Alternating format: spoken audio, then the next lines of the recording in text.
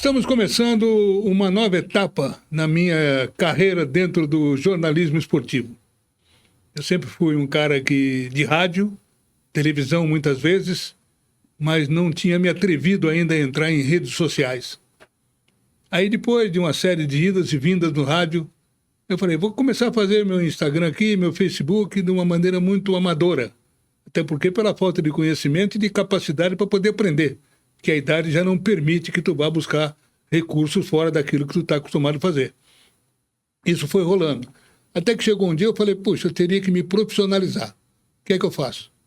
Andei procurando aqui, procurando ali e encontrei um parceiro hoje, um maravilhoso parceiro, o Luciano, que é da Gigante Marketing aqui de Criciúma e que me está dando todo o suporte juntamente com mais companheiros, como, por exemplo, eu estou aqui na Clava, estúdio da Clava, com o Luan, com o Rafael, para poder fazer esse podcast e também entrar dentro de uma estrutura profissional que me foi apresentada pelo Luciano e que o pessoal aqui da Clava também abraçou essa situação. E outros parceiros virão para que as minhas redes sociais possam, de repente, alavancar um processo mais profissional e, acima de tudo, um processo com mais visualizações e mais chegada às pessoas que me seguem. E tudo isso eu estou dizendo pelo seguinte, porque sem profissionalismo tu não anda nessa profissão. Em qualquer profissão, né? Não precisa ser apenas jornalista, em qualquer profissão, inclusive na arbitragem, que hoje não é profissional, mas poderá vir a ser profissional, porque há um entendimento na CBF que vai profissionalizar a arbitragem.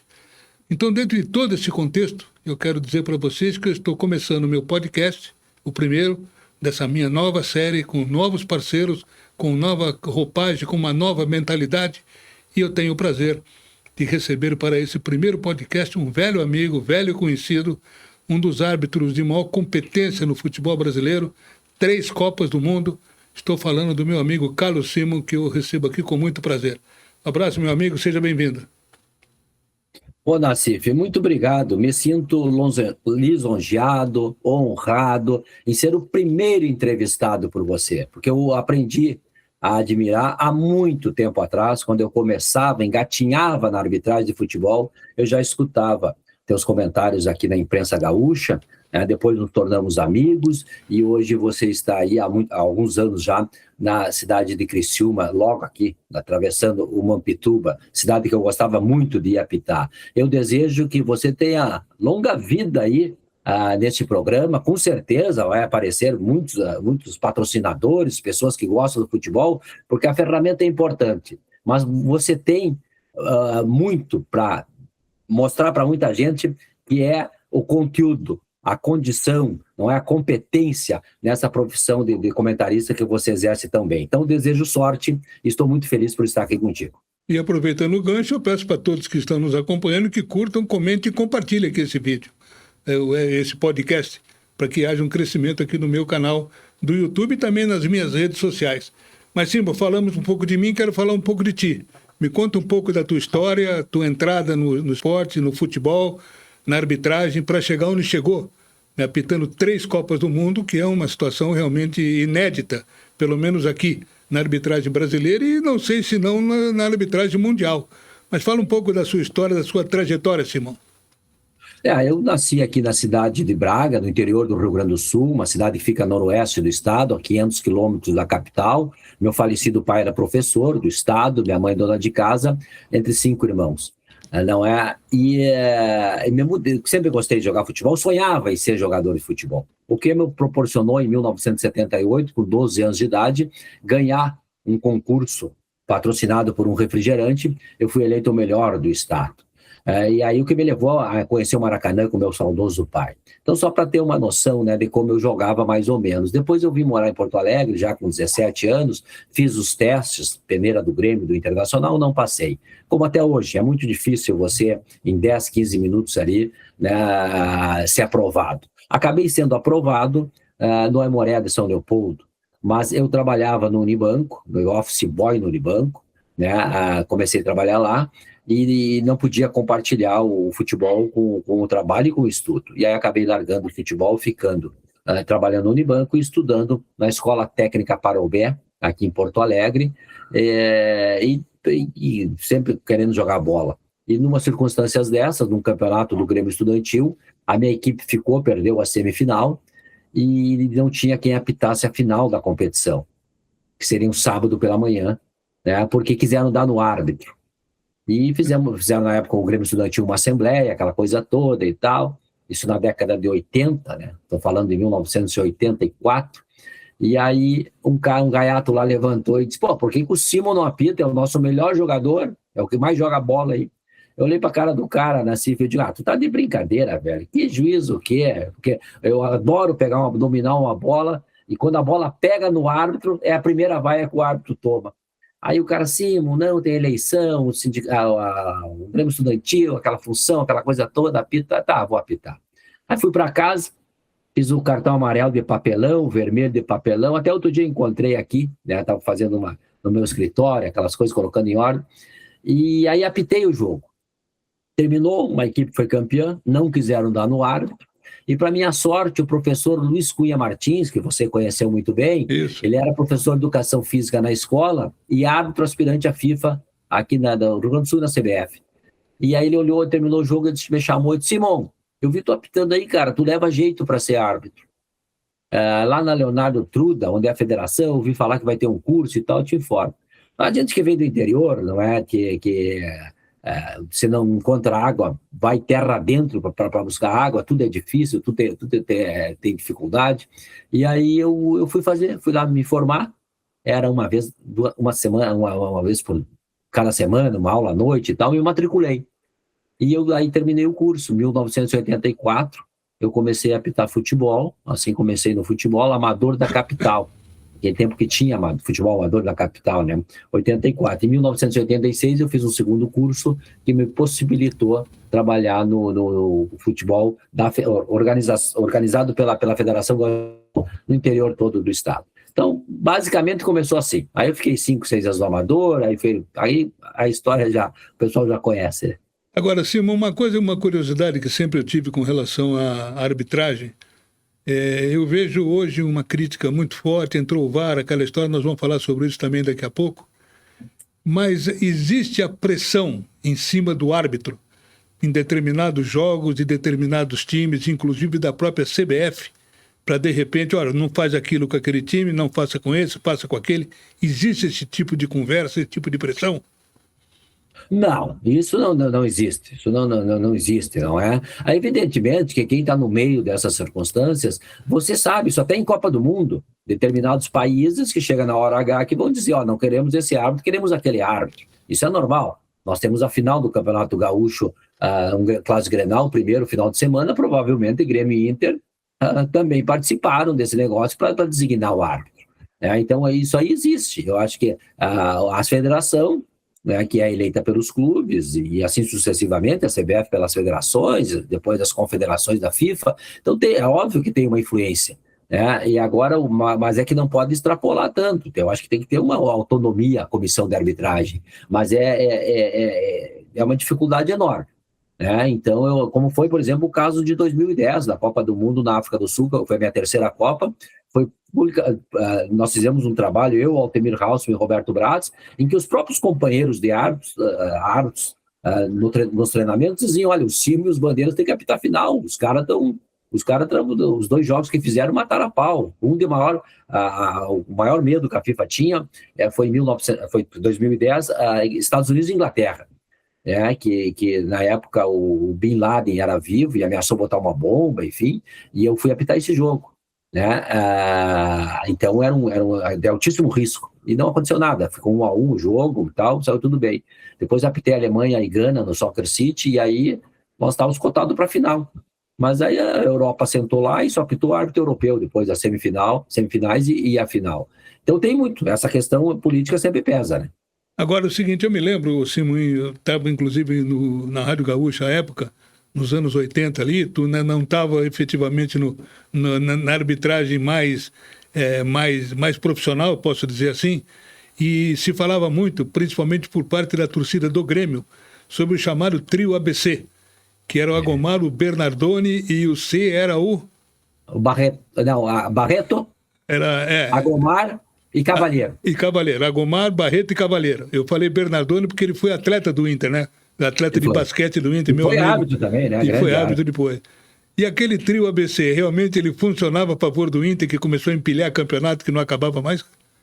Não, os caras falam que quem cunhou aquela expressão, acho que foi o saudoso Paulo Santana. Paulo Santana. Mas na década de 70, o Internacional é tido como uma das principais equipes do mundo. Né? Inclusive, o último campeonato ganhou em 79 invicto. Mas 75 e 76, com o Minelli, que foi uma das grandes injustiças, porque nós tivemos várias no futebol brasileiro, o Minelli não ter dirigido a seleção brasileira. Né, que era um extraordinário técnico. Em 75, a meia cancha era Falcão, Batista e Carpegiani.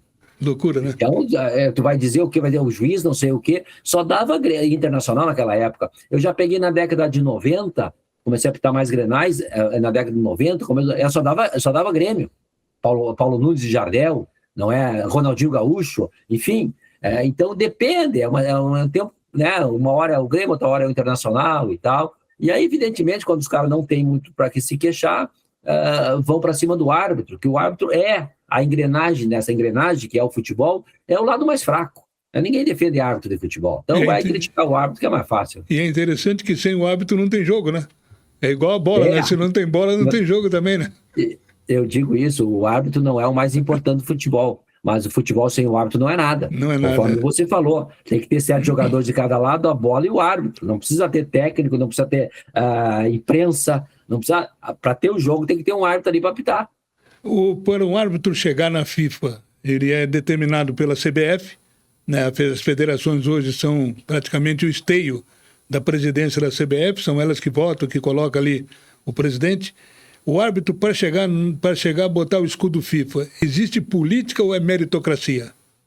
Antigamente o negócio era mais difícil. Não teve uma época que eram 7 árbitros da FIFA, 3 paulistas, 3 cariocas e um gaúcho que era o Agomar Martins.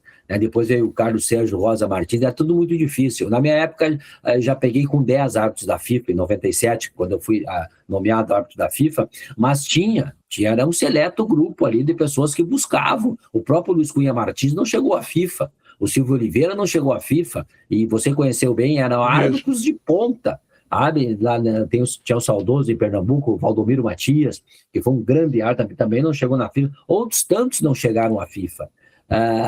Porque não tinha vaga, a briga era acirrada. Hoje em dia, meu amigo, são 10, continuam os 10 escudos, mas tem ali, olha, dos 10, o árbitro da FIFA tem que apitar qualquer jogo. Tu largou o árbitro da FIFA, ele tem que apitar Grenal, como ele tem que apitar a final do Campeonato Amador, da segunda divisão, não interessa. E hoje no Brasil, os 10 FIFA não apitam qualquer jogo. Tem uma meia dúzia aí, os outros estão. Então, acho que está muito mais nessa questão política, infelizmente.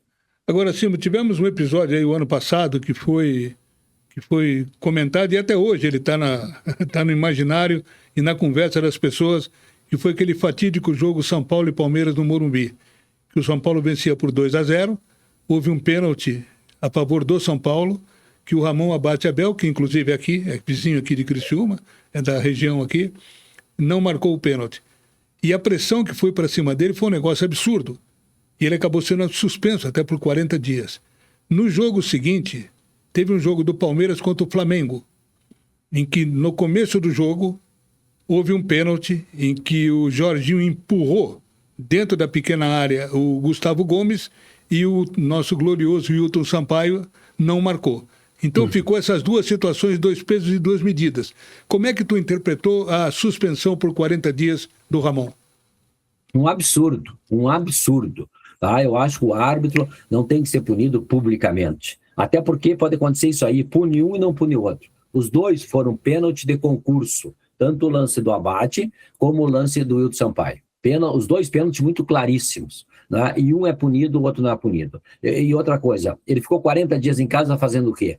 Então, quando volta, o árbitro perdeu aquela embocadura, aquela dinâmica que o árbitro tem que ter, então não adianta. Eu acho que está pecando muito o comando da arbitragem da CBF. A princípio, a partir do dia 1º de março, para os árbitros assinarem a profissionalização, tal qual foi divulgado, 72 árbitros aí, são 20 árbitros, 40 assistentes e 12 árbitros de vídeo, que serão profissionais. Mas o que falta na CIF? O que está faltando, eu estou vendo que está faltando na arbitragem brasileira, um comando, não é? Os instrutores, passa muito por instrutores, que orienta esses caras.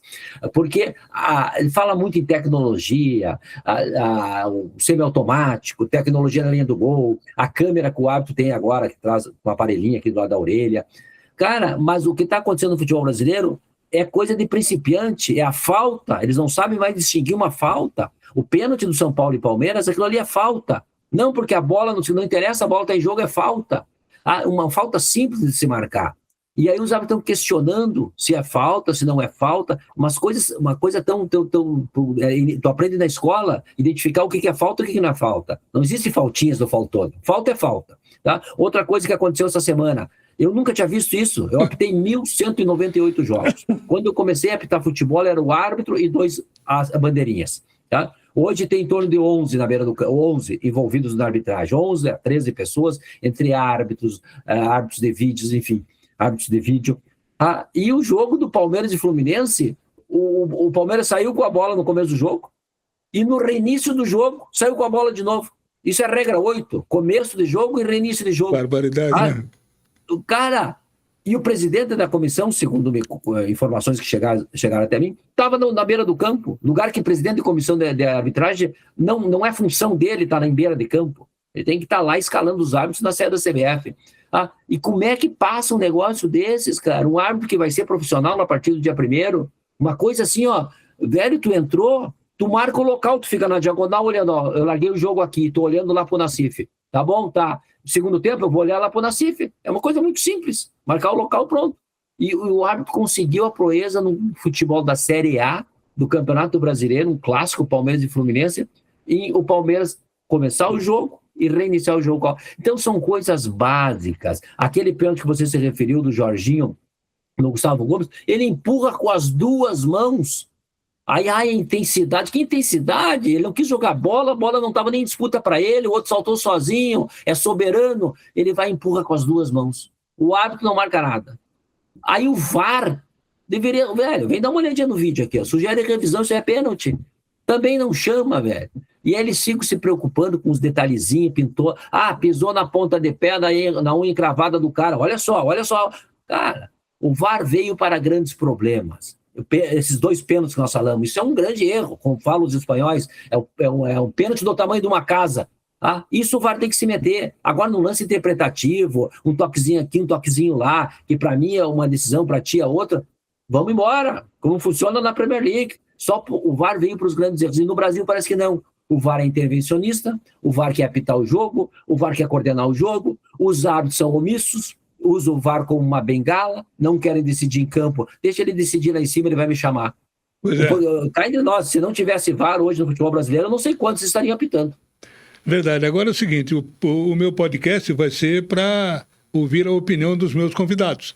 Mas como eu sou comentarista, eu também gosto de botar opinião.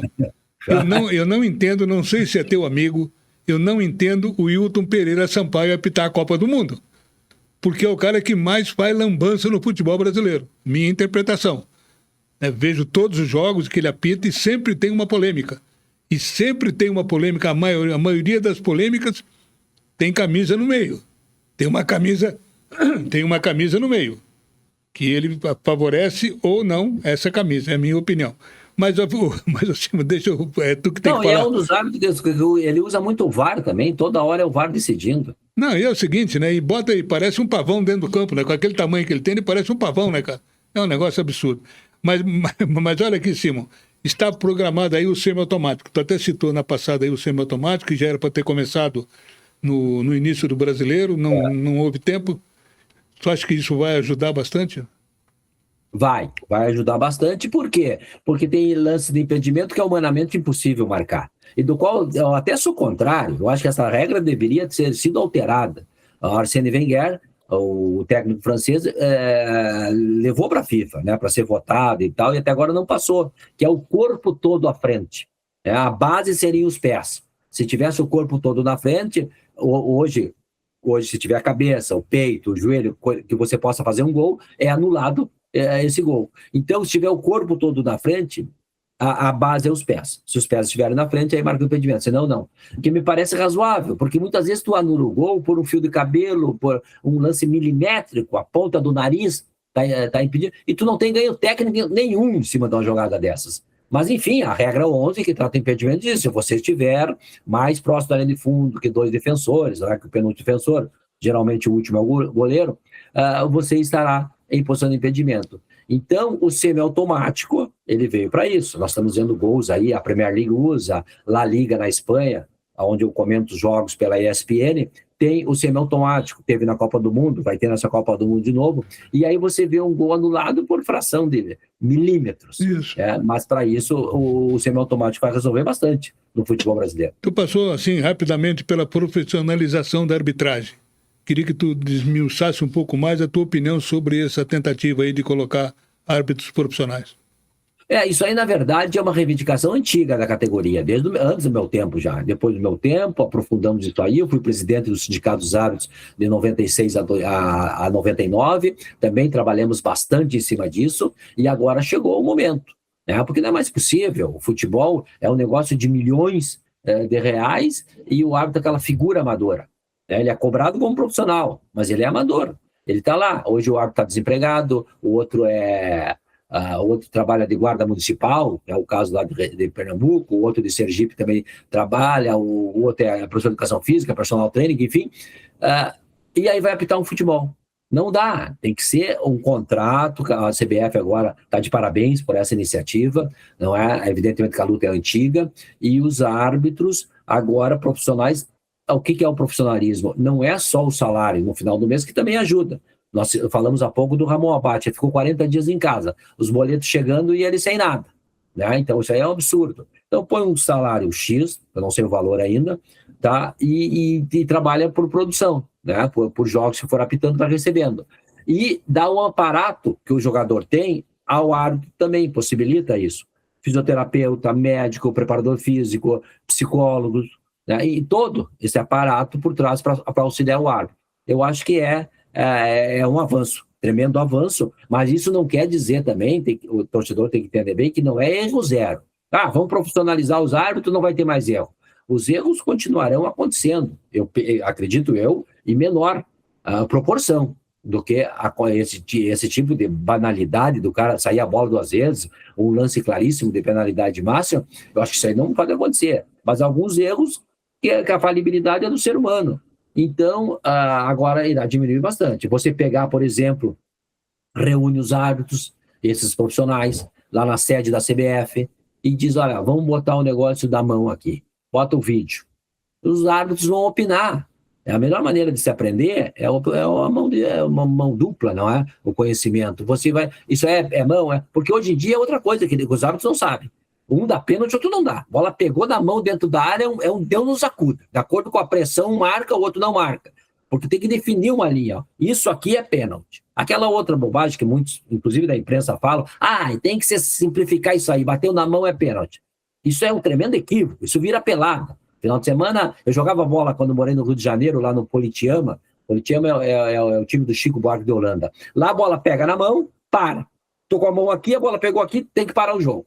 Mas é uma pelada de músicos, enfim, lá, tal. E no profissional não pode ser assim. Tem que ter mão deliberada, como era no meu tempo. A bola tá passando lá, vou levar um chapéu, pego a bola com a mão. Aí, a questão do antinatural. Eu saltei, perdi o tempo da bola, eu vi que o Nassif tá atrás de mim, vai cabecear pro gol, eu salto com os braços abertos e deixo assim o braço aberto. Eu tô querendo que essa bola pegue no braço dentro do gol. Isso é antinatural, é pênalti.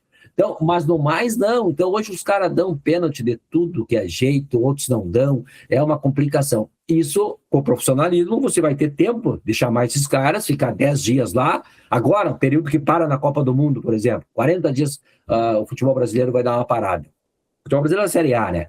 As outras competições continuam. Então, chama esses árbitros. Olha, vamos definir. O que era para ter feito isso na pré-temporada, no começo da competição. Outra coisa, os 8 segundos também já estão indo para o beleléu. No começo, um que o outro marcou e tal, e agora, outro dia, eu comecei, quando eu pegar a bola, começo a contar, 1001, 1002, outro dia estava 1020, o goleiro com a bola na mão. Absurdo, né? Isso aí, então, cara. Então, isso aí eu acho que tem que pegar, por isso que a gente fala em instrução, instrutores, orientar, vamos fazer isso assim. Te preocupa com feijão com arroz, não fica te preocupando lá, semi-automático. Isso é falta, vamos marcar falta, apitar o futebol simples como ele é. Com a profissionalização, o árbitro vai ser exclusivo ou ele pode ter outra atividade? Ele pode ter, segundo o projeto da CBF, uma boa parte vai ter a exclusividade, né? Uma boa parte, não o tempo integral, mas uma boa parcela ele vai ficar à disposição da CBF. Perfeito. Tu acha que a arbitragem hoje ela tem uma, eu não diria influência, mas ela é induzida muitas vezes ao erro pela encenação dos jogadores? Porque aqui no Brasil é um negócio impressionante, né? O cara bota a mão, encosta a mão no peito do jogador, ele já rola e bota a mão no rosto, né? Essa indução ao erro da arbitragem. Isso aí, como é que acaba com isso, Simão? Eu até falo nas transmissões da ESPN, eu digo em câmera lenta até beijo de vó é agressão. É outro jogo da televisão, né? Inclusive, ontem nós vimos, nesse jogo que você citou, quando o Neymar fez o gol, a simulação ridícula do Neymar. Foi. O cara nem encosta nele, ele se joga para trás e faz aquela coisa toda. Um jogador do nível do Neymar, não é? Que é um cara diferenciado. Mas não pode. A Copa de 2018, eu estava lá na Rússia como comentarista, ele também foi ridicularizado. Ele começava a se rolar no gramado a toda hora. Eu acho que os jogadores também não cooperam.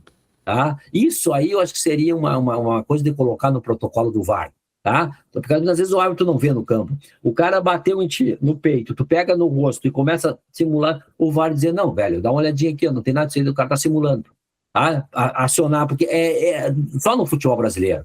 Tá? Porque os caras vêm aqui, eles acham que podem tudo. O outro dia, o ano passado, foi o Memphis Depay, jogador holandês que joga no Corinthians, subiu com os 2 pés em cima da bola. Ele nunca fez isso na Europa. Isso.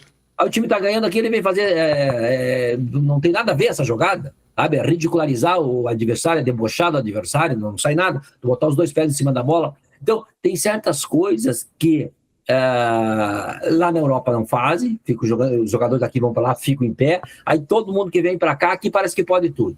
É simulação, é botar a bola na nuca, dar balãozinho, debochar, provocar. Enfim, eu acho que isso aí também não é só culpa do árbitro. Eu acho que o número excessivo de faltas no futebol brasileiro. Tem jogo aí com 40. Outro dia eu vi um jogo com 44 faltas. Tem um jogo aqui na Arena do Grêmio que deu 50 faltas no ano passado. É um absurdo. Mas eu acho que isso aí é uma coisa que os árbitros têm culpa. Teria que ter uma cruzada contra isso. Com árbitros, jogadores, técnicos, imprensa, inclusive a imprensa também. Todo mundo, vamos normalizar, não dá para continuar esse negócio. Outra coisa, o goleiro, cada defesa que o goleiro faz, ele fica meia hora no chão, quando o time está ganhando. Isso tu falou aí do Neymar, né? Ontem eu até vi aquela cena, né? Em que ele foi nariz com o jogador do Vasco e ele caiu com delay, né? O cara encostou dele, ele ficou parado e depois caiu. Um absurdo. Simão, eu estou falando aqui, estou fazendo esse trabalho aqui em nome da Colina, que é a nossa revendedora Volkswagen aqui em Criciúma, da Zamaco, comércio de ferros aqui na rodovia Luiz Rosso, e também da Imbralite, que é campeã de telhas aí pelo Brasil afora, né? São meus parceiros aqui no podcast. Eu quero fechar a conversa contigo, Simão, para que tu faça uma análise dessas novas... Tomar uma aguinha. Então vamos, eu também vou, que eu já estou com a garganta aqui pedindo água. Eu quero uma análise dessa nova proposta da FIFA com relação à arbitragem, tempo de jogo, mal que vai entrar, que vai ser implantada na Copa do Mundo. A reunião é dia 28, sábado, vai ter a reunião da Internacional com a FIFA, International Board e a FIFA. A International Board é a guardiã da regra do futebol, né? É IFAB. Olha, eu li, estava acompanhando aqui, estava estudando também aqui no meu escritório, onde eu fico, lendo, relendo livro de regra, protocolo do VAR e tal, tem tudo aqui. Daqui que eu faço muitas transmissões, inclusive da ESPN. E eu estava vendo, e esse negócio aí, que também começa a mudar muito. Nós somos num tempo mais antigo, que para alterar uma regra no futebol era muito debatida. A gente chamava aqueles velhinhos, entre aspas, da International Board, nunca queriam mudar e tal. E agora vem uma avalanche de mudança, uma atrás da outra. E algumas coisas da qual eu não concordo, como, por exemplo, o cara fazer um gol, eu estou com a mão aqui, sou atacante, a bola pegou na minha mão aqui, não pegou, não ganhei nada, e eu faço o gol, tem que anular o gol, é uma mão, porque tu não pode tirar os braços para jogar futebol. Isso aí foi alterado, desde o jogo lá em que o América do México perdeu pro Bayern de Munique, 1-0, antigamente era, se a bola pega na minha mão, tu é meu companheiro, sobra para ti, tu faz o gol, tem que anular o gol. Isso aí aconteceu, o árbitro não marcou, o VAR também não chamou, e o poderoso Bayern de Munique foi campeão com o gol do Pavard, é irregular. Aí a FIFA no ano seguinte mudou. Não, só se pegar no próprio cara que fizer o gol. Então, para justificar um erro, eles mudam a regra. E eu estava vendo aqui, por exemplo, essa questão do cara ficar, o cara que pede atendimento médico fica 2 minutos fora, 1 minuto e 30, 2 minutos, Isso. ainda não tem bem o tempo. Eu acho que está errado. Porque é o seguinte, a regra do futebol ela é baseada na igualdade. Quem fez a infração quebrou a igualdade. Tá? Quebrou a igualdade da regra. Então ele não tem direito a nada. Tem que botar a bola, tu fez a falta, eu vou bater. Aí eu que sofri a falta, eu vou sair para receber atendimento médico e vou ficar 2 minutos lá fora. Tu vai beneficiar o infrator. Minha equipe vai ficar com 10 homens em campo. Então tu vai beneficiar o infrator. Tá errado esse negócio.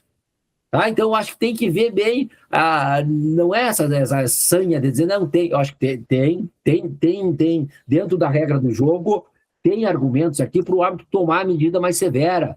Tá? Esse negócio, em 2006, a bandeira da Copa do Mundo, eu participei de 3 Copas do Mundo, 2002, Japão e Coreia, 6 Alemanha e 10 África do Sul. E cada Copa, geralmente tem uma bandeira da FIFA. Ela faz essas reuniões antes e entra com uma bandeira. 2006 era a questão do jogador. O jogador fez a falta, ele tem que sair dali. Se ele pegar a bola, cartão amarelo para ele. Jogador que pediu cartão amarelo para ele. Nós fizemos isso na Copa 2006, se pegar lá, tá lá. Depois abandonou-se isso. Né? E eu acho que tem coisa dentro da regra do jogo que tu tem que dar. O árbitro tem que exercer a sua autoridade com competência, com seriedade. Agora, ficar mudando toda hora, isso aí é meio complicado. Tem observações que vieram para melhorar o futebol. Por exemplo, aquela que foi feita em 1991, o recuo da bola do pé para o goleiro. O goleiro ficava com a bola ali, chegava perto e ele pegava com a mão. Aquilo ali foi uma mudança muito boa, agilizou mais o futebol. Hoje o goleiro não pode pegar com a mão, ele tem que sair jogando com o pé. Né? Então, agilizou. Então, tem coisas que melhoram. Agora, tem outras coisas que eu acho que também não é bem assim para estar mudando, mas vamos aguardar. Perfeito. Carlos Simon, foi um prazer falar contigo, meu amigo, e revê-lo aí sempre disposto a bater um papo sobre futebol, sobre arbitragem, que interessa para todos nós. Né? Muito obrigado, meu amigo, um abraço e sucesso aí. Estou sempre te acompanhando também na ESPN. Tá bom, meu amigo. Obrigado. Quando vier para essas bandas aqui de Porto Alegre, minha casa está sempre aberta aí para nós tomar um chimarrão, uma taça de vinho, e que tu tenha sucesso, porque tu merece bastante. E com certeza, pessoal aí de Criciúma, eu adorava apitar em Criciúma, adorava. Era o único estádio no Brasil que tinha uma garagem para o árbitro botar o carro dentro do vestiário. Nós botávamos o carro lá dentro. Adorava apitar em Criciúma, né? Tem um apreço enorme, temos amigos em comum, do Dr. Joaci Casagrande, enfim, que fala muito bem sempre de Criciúma e outras pessoas. Então, eu desejo sucesso para ti. Com certeza, a população de Criciúma vai prestar atenção, porque vale a pena. Só tem a aprender com a tua experiência, com a tua sabedoria, com a tua competência. Um grande abraço, fica com Deus, meu amigo. Valeu, meu amigo. Um abraço também, fique com Deus e sucesso para ti.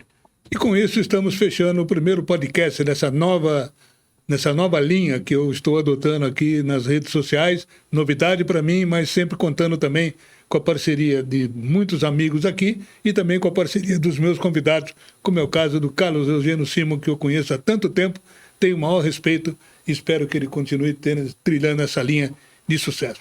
Muito obrigado, meus amigos. A gente volta aí qualquer dia, né? Acho que a semana que vem vai ter outra. Eu vou combinar com a Clava aqui para a gente fazer um podcast inédito. Eu penso em colocar aqui, conversando conosco, aqui comigo e com vocês, um dos ídolos do Criciúma lá de antigamente. Tá certo? Muito obrigado pela audiência, um abraço a todos e fique com Deus.